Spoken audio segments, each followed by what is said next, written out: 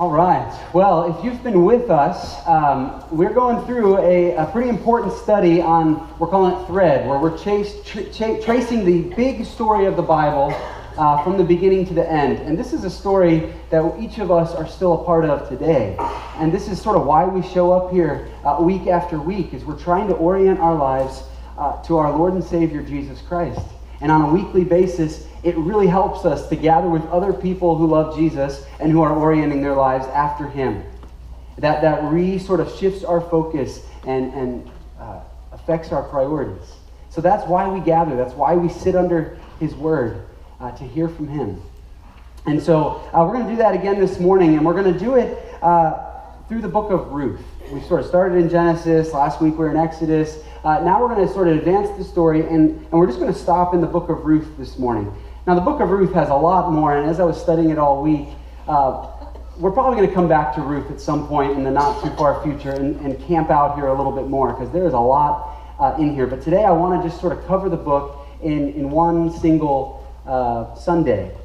Because as we sort of focus in on this book, we're going to see it really fits in with this big story that Scripture is trying to tell. And as we hear the book, I want you to sort of look out for a couple of big themes that stand out. The first is the theme of God's providence. I can remember back in college, one of my professors, the way he defined God's providence is he said it's the hand of God in the glove of human experience. And that always stuck with me.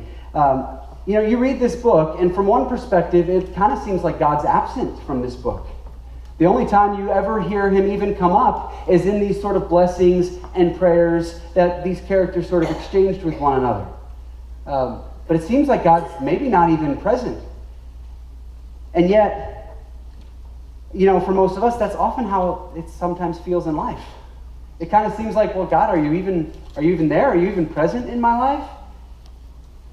And yet, if you look at this book from a totally different perspective, you realize that God is working. He's working through all of the ordinary, all of the interactions that happen. God is active.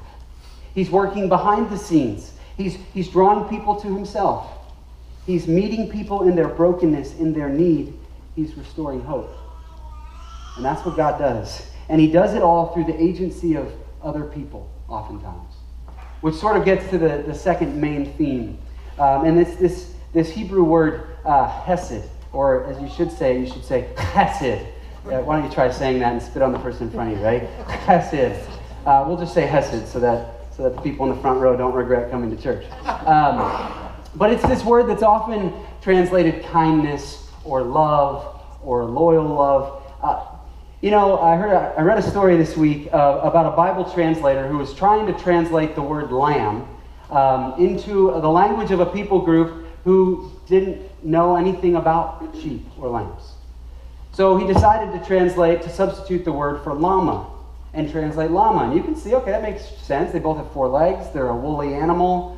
The problem is they're really nothing alike.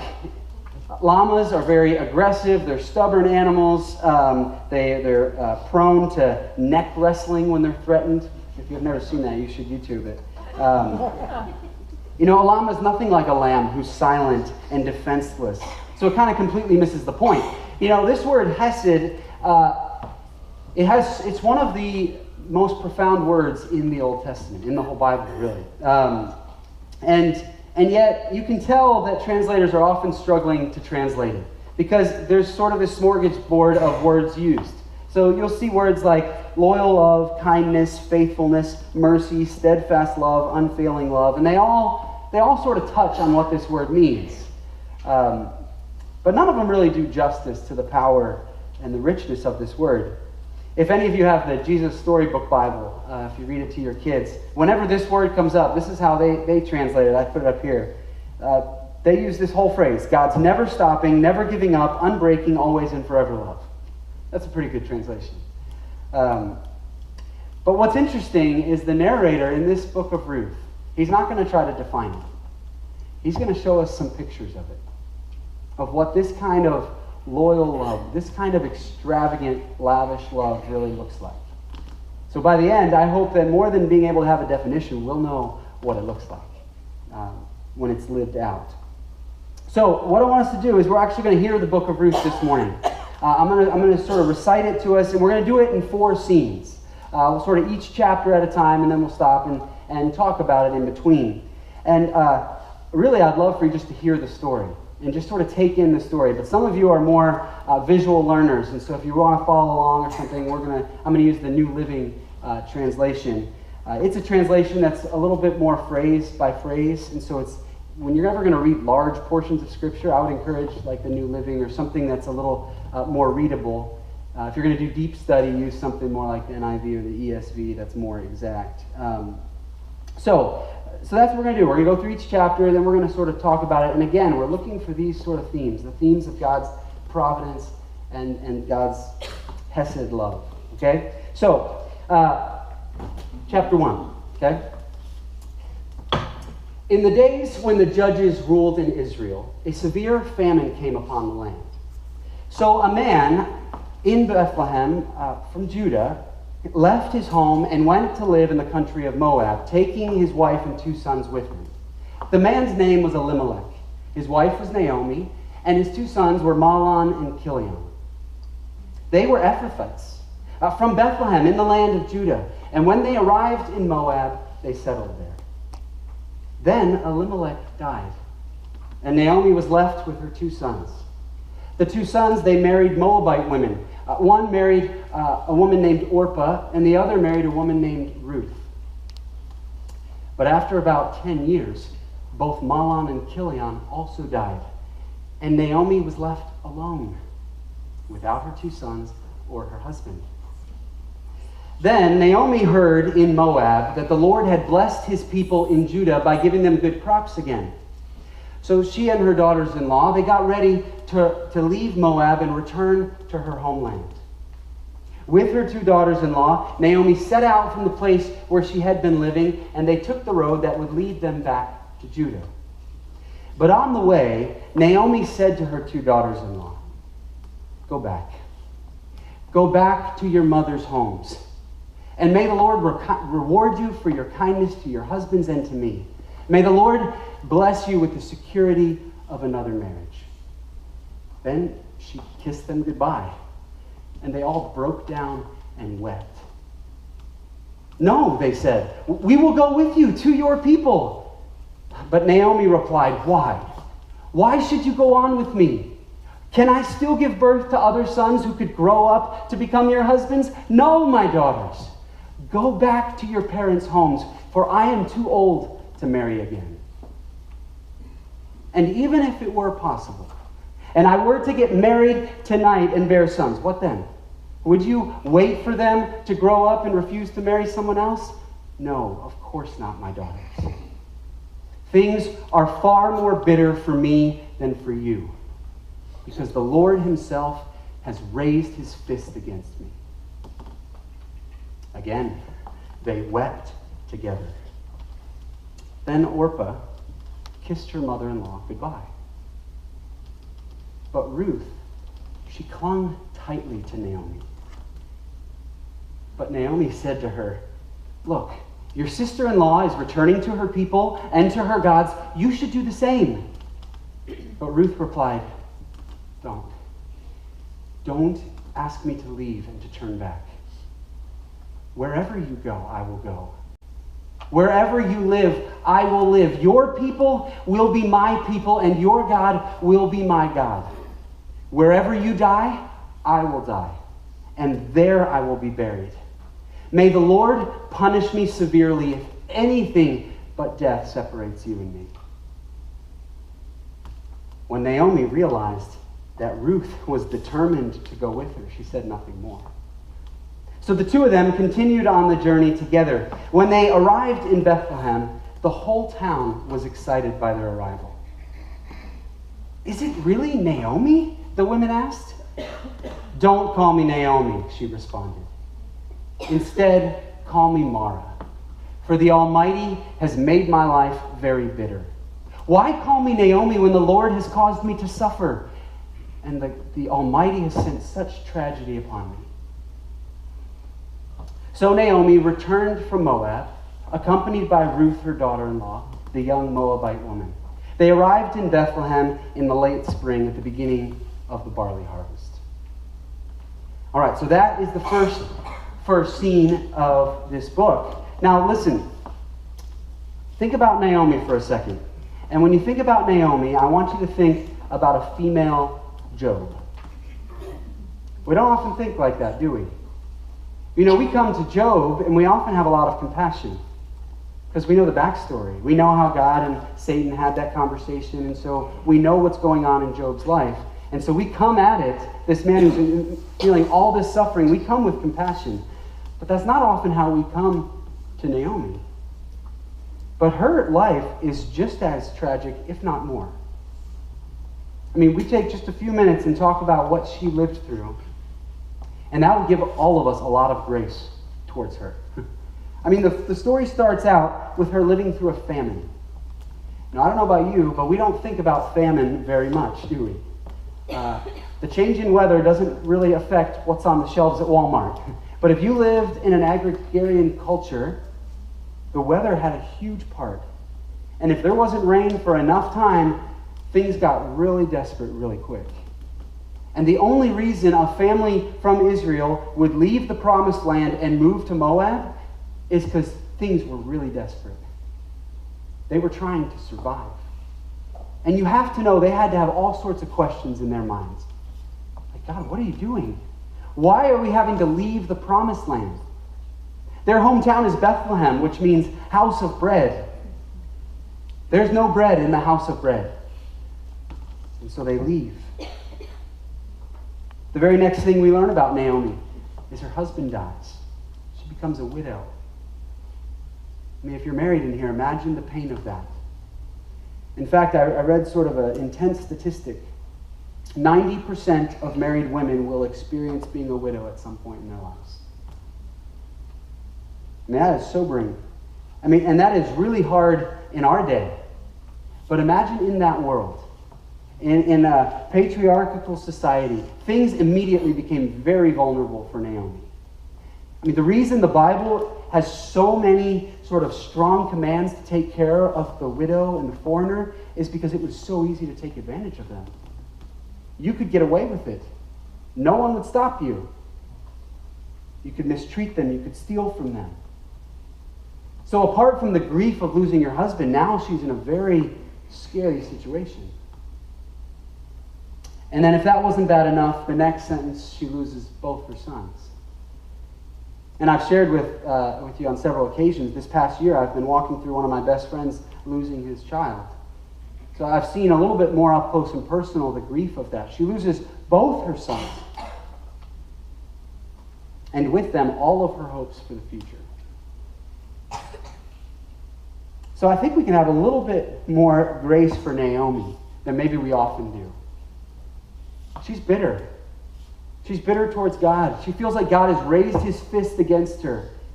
And we'd probably be in the same situation if we had lived through a famine and through losing a spouse and through losing our kids.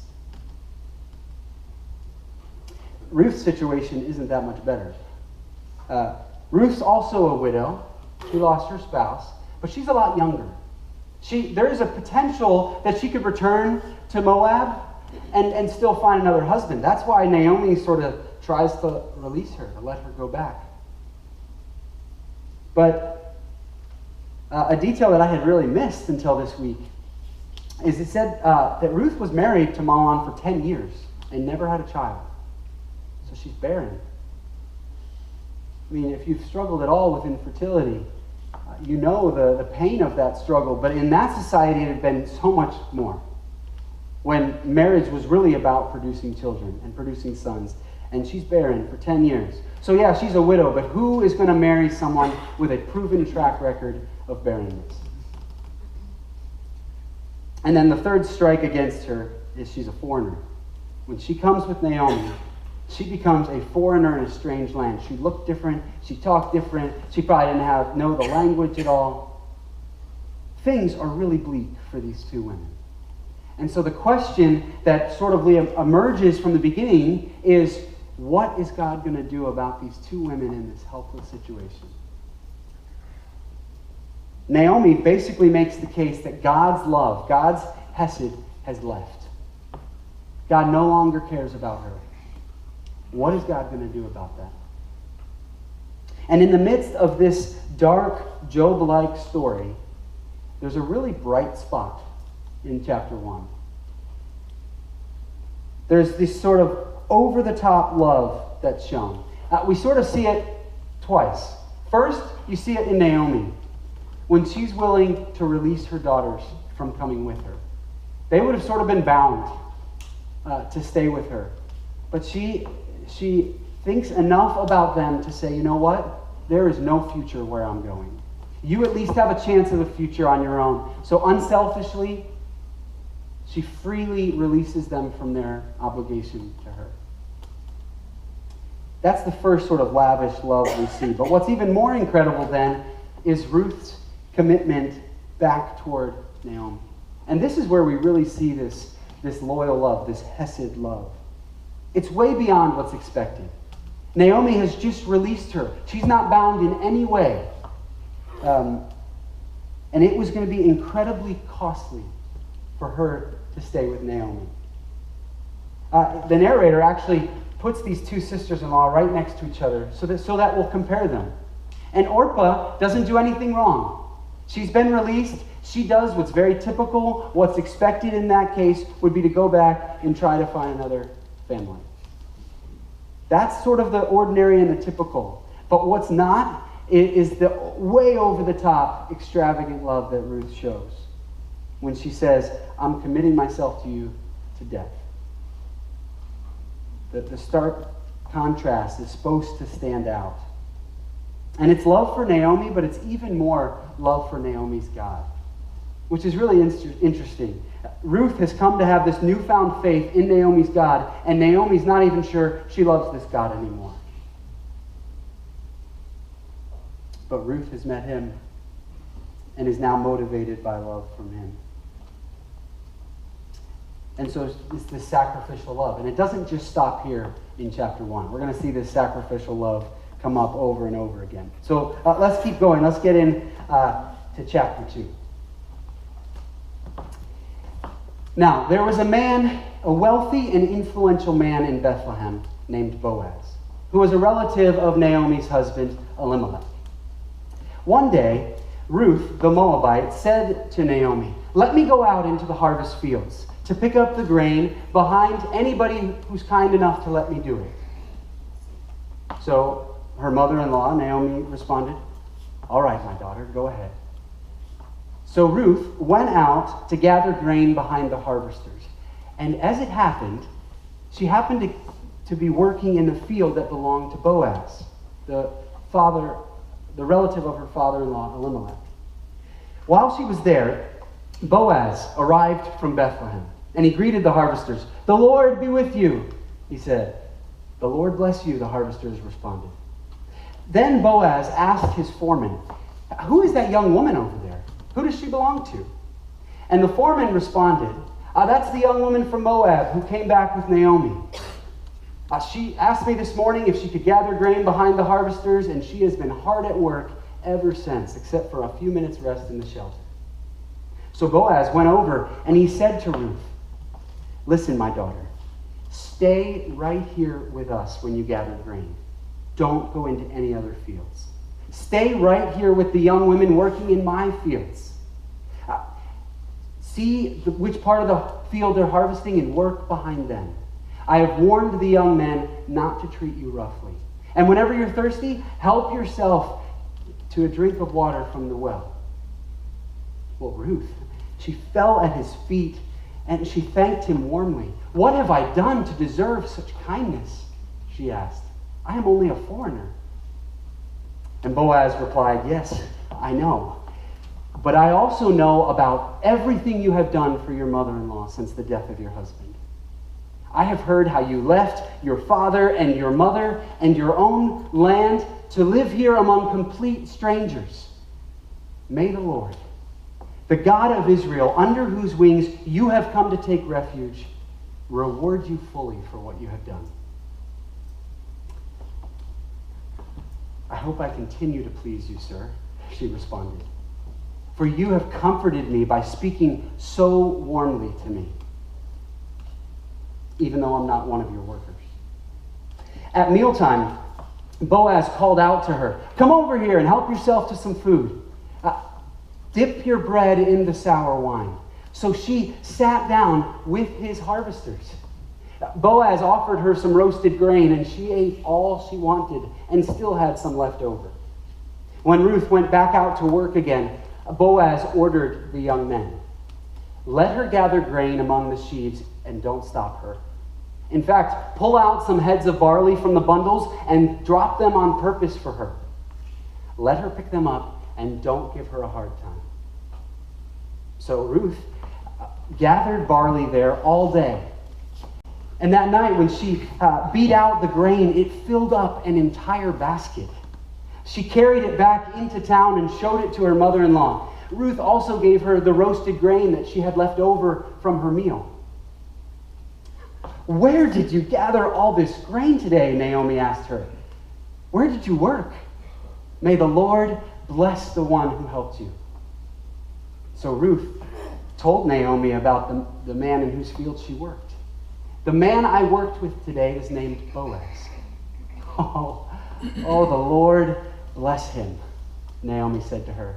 "For he is showing his kindness to us, but also to your dead husband. For that man is one of our close relatives, one of our family redeemers." Then Ruth added, "What's more, Boaz even told me to come back and continue working with his harvesters until the end. The harvest is completed." "Good," Naomi exclaimed. "Do as he said, my daughter. Continue working with his young women through the whole harvest. You might be harassed in another field, but you will be safe with him." So Ruth continued working alongside the young women in Boaz's field, and she gathered grain with them until the end of the barley harvest. Then she continued working with them through the wheat harvest in the early summer. And all the while, she lived with her mother-in-law.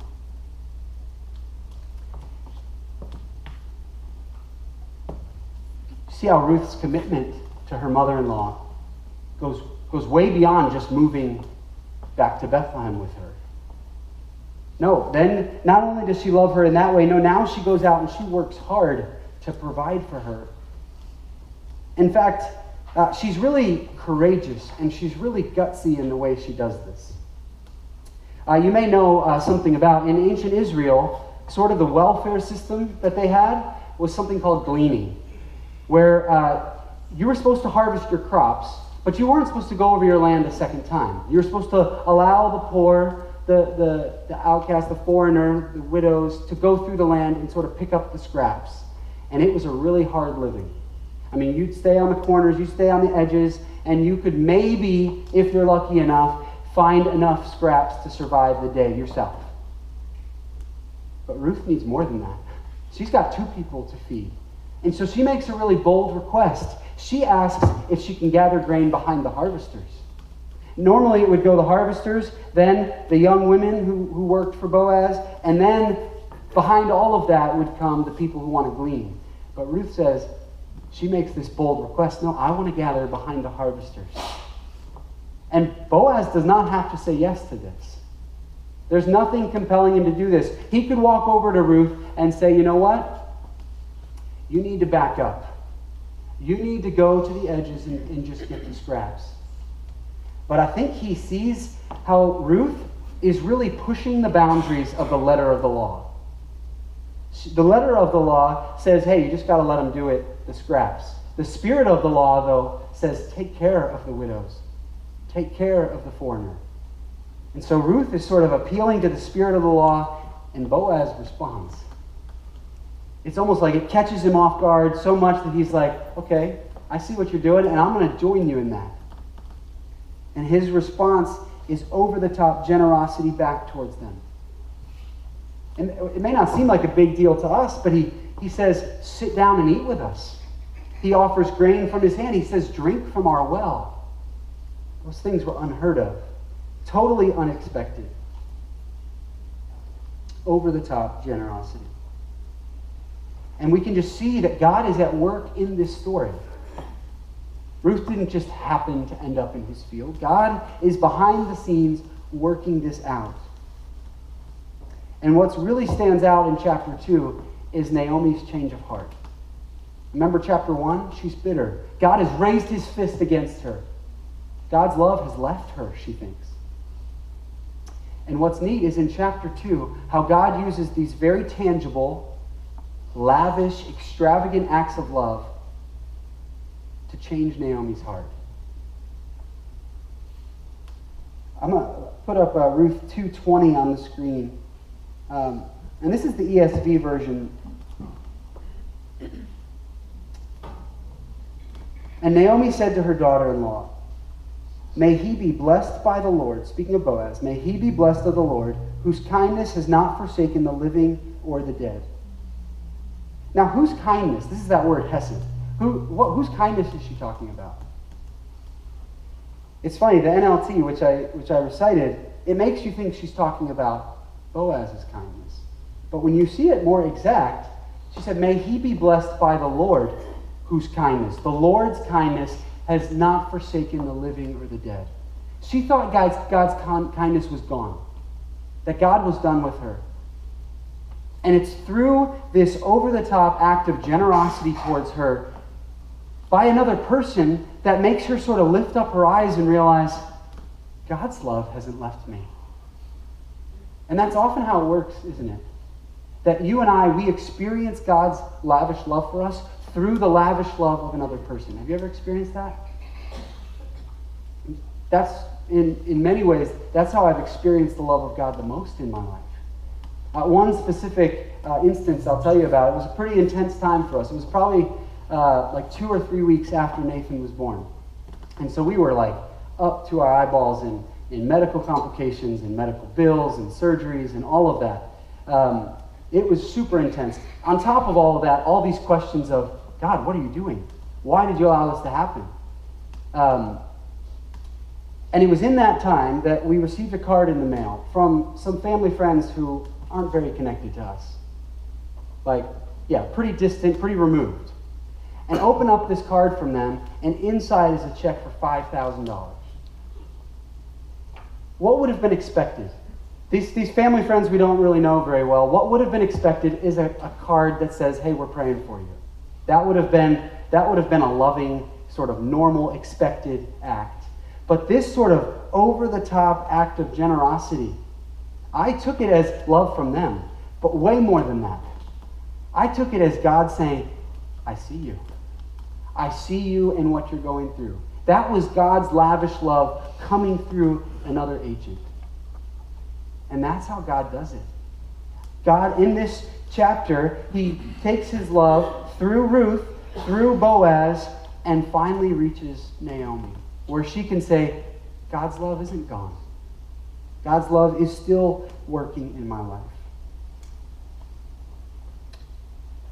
And that's what happens for Naomi here. And there's more of it to come. So the story is just sort of heating up. We've got to keep moving through it if we're going to get through all of it. That's why we're going to come back to this probably next year sometime. Chapter 3. One day, Naomi said to Ruth, my daughter, it's time I found a more permanent home for you so that you'll be provided for.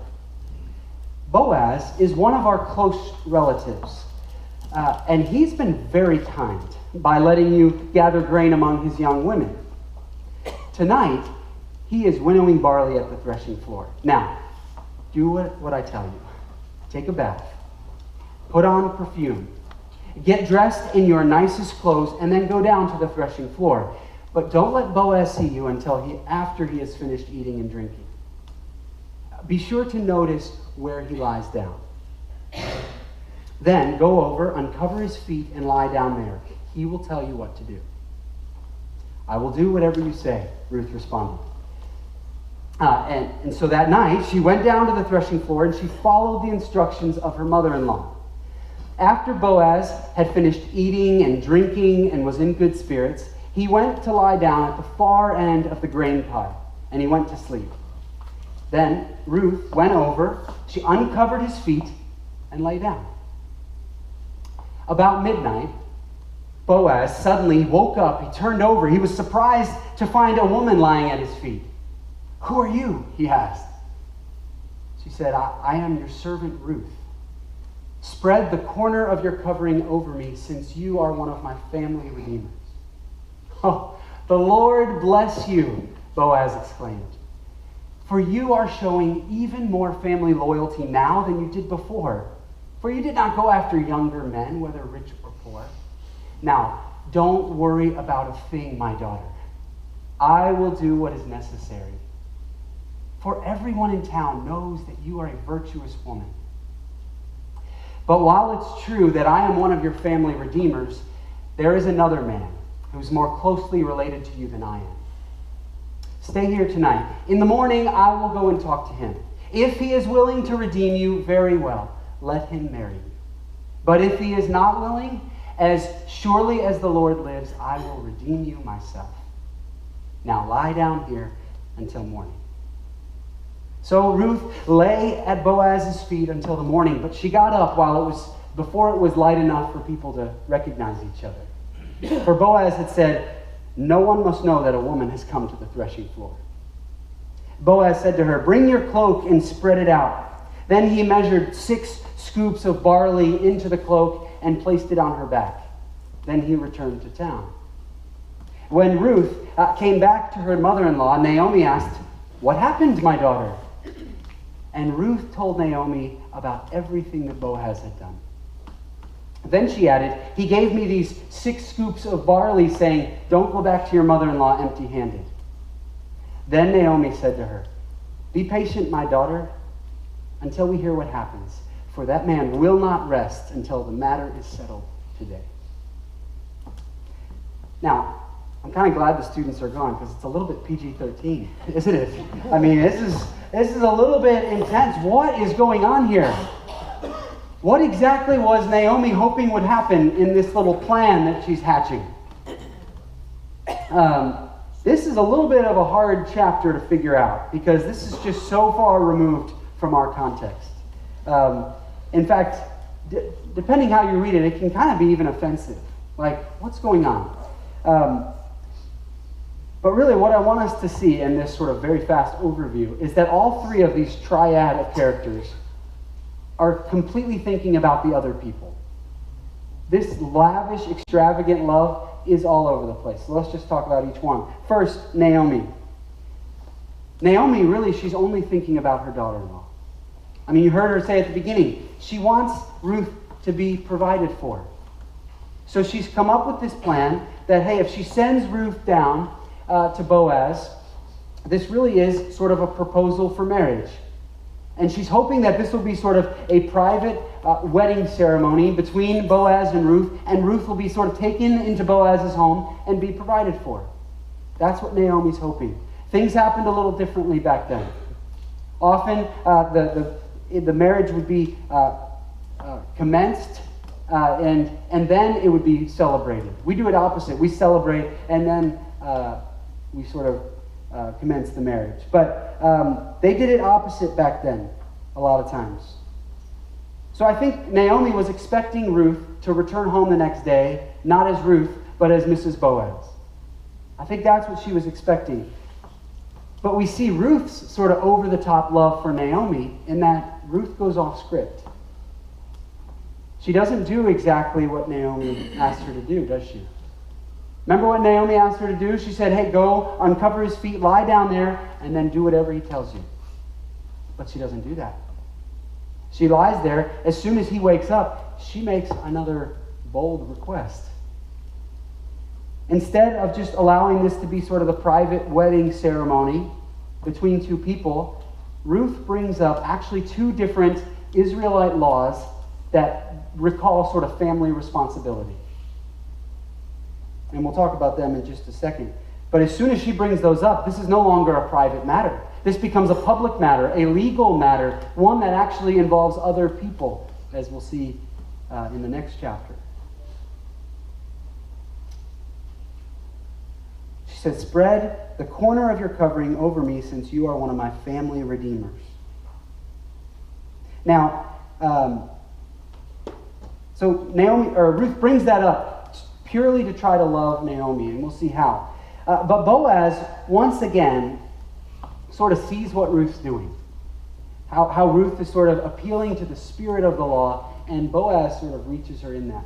Both of the laws that Ruth brings up, she brings up the levirate law, which is if I were to die, my brother would need to step in and provide children for my family.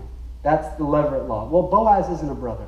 So this law isn't Elimelech's brother. So this law doesn't touch Boaz, the letter of the law. The second law she brings up is what's the kinsman redeemer law. And that would be if your land happened, you fell on hard times, and you had to sell off your land, and you sold it to people outside of Israel. Well, a kinsman redeemer was supposed to come and buy back that land to keep it within the clan.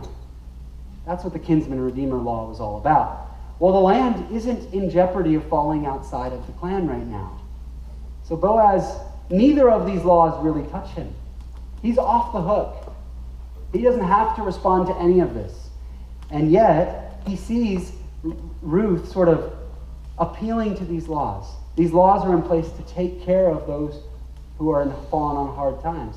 And he sees that, and he responds. And he becomes Ruth's accomplice in this lavish plan to take care of Naomi.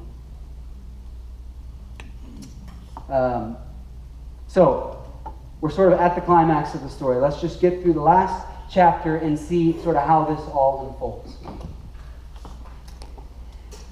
Then Boaz went to the town gate and took a seat there. Just then, the kinsman redeemer that he had mentioned came by. So Boaz called out to him, "Come over here and have a seat, friend. I want to talk to you." So they sat down together. Then Boaz called 10 leaders from the town and asked them to sit as witnesses. Then Boaz said to the family redeemer, "You know Naomi, the one who returned from Moab. She is selling the land that belonged to our relative Elimelech. I thought I should say something to you so that you can redeem it if you wish. If you want the land, go ahead and buy it in the presence of these witnesses. But if you don't want it, let me know, because I am next in line to redeem it after you." The man replied, "All right, I will buy it." Then Boaz told him, "Of course, your purchase of the land from Naomi also requires that you marry Ruth, the Moabite widow. That way she can have children who will carry on the family name and keep the land in the family." Then I cannot redeem it," the kinsman redeemer replied, "because this might endanger my own estate. No, you redeem the land. I cannot do it." Now there was a custom in those days in Israel that for anyone transferring a right of purchase, they would remove their sandal and hand it to the other party. This was sort of the way of publicly validating the transaction. So the other kinsman redeemer drew off his sandal as he said to Boaz, "You buy the land." Then Boaz said to the elders and to all the people standing around, "Today you are witnesses that I have bought from Naomi all the property of Elimelech, Chilion, and Mahlon. And with the land I have acquired Ruth, the Moabite widow of Mahlon, to be my wife. This way she can have a son who can carry on the family name and to inherit the family property here in his town. You are all witnesses today."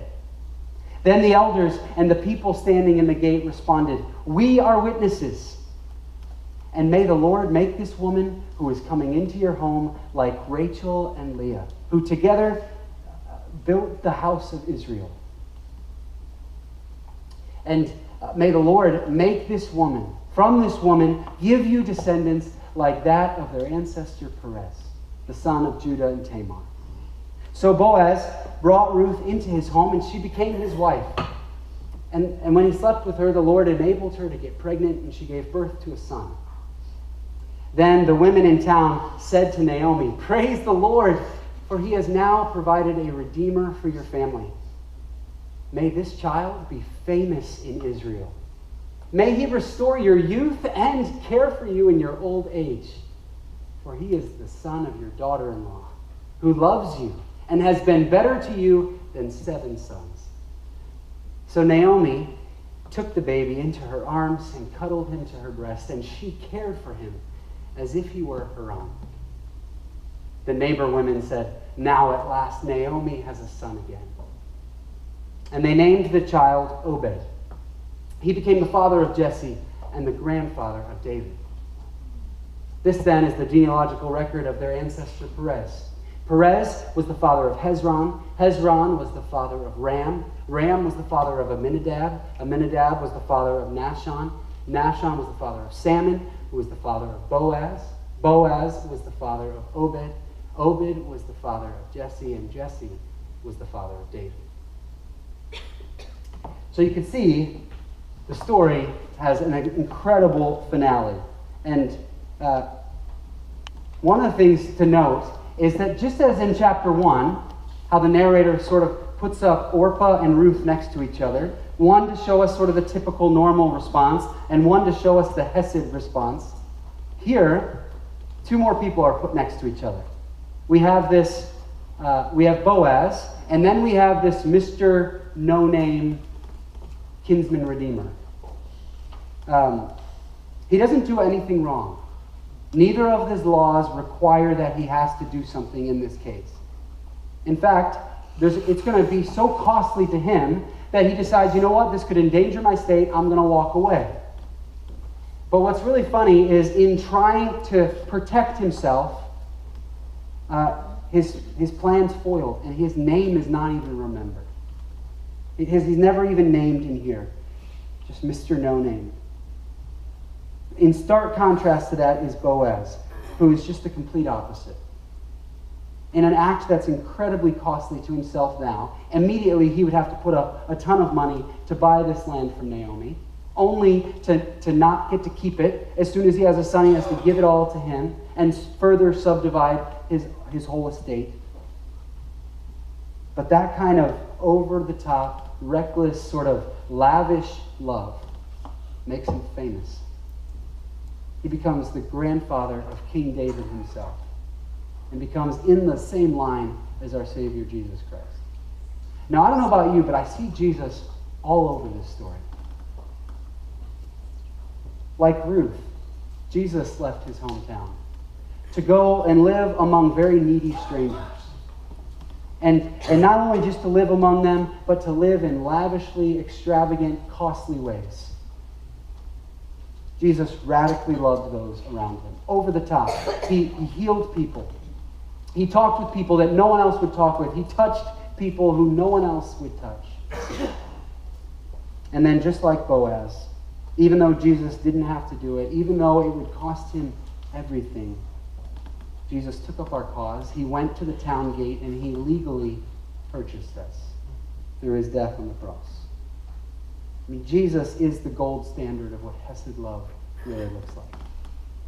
And it's this kind of love that fuels Jesus' kingdom. Jesus' followers aren't supposed to be going about trying to just have a comfortable life now that they have their get into heaven ticket. Jesus' followers aren't supposed to be about jockeying for power or authority. No, Jesus' followers are supposed to live in his footsteps, live in Ruth's footsteps, live in Boaz's footsteps. Because we are in this story where Hesed love defines the way we live. Amen. This sort of over-the-top, dying to ourselves, costly love of other people. And the reason Jesus asks us to live and to love this way is because that is how the lost and dying world experiences God's love. Through us as his conduits. When we love in this way, it sends ripples down through eternity, just like it did in Ruth and Boaz's story.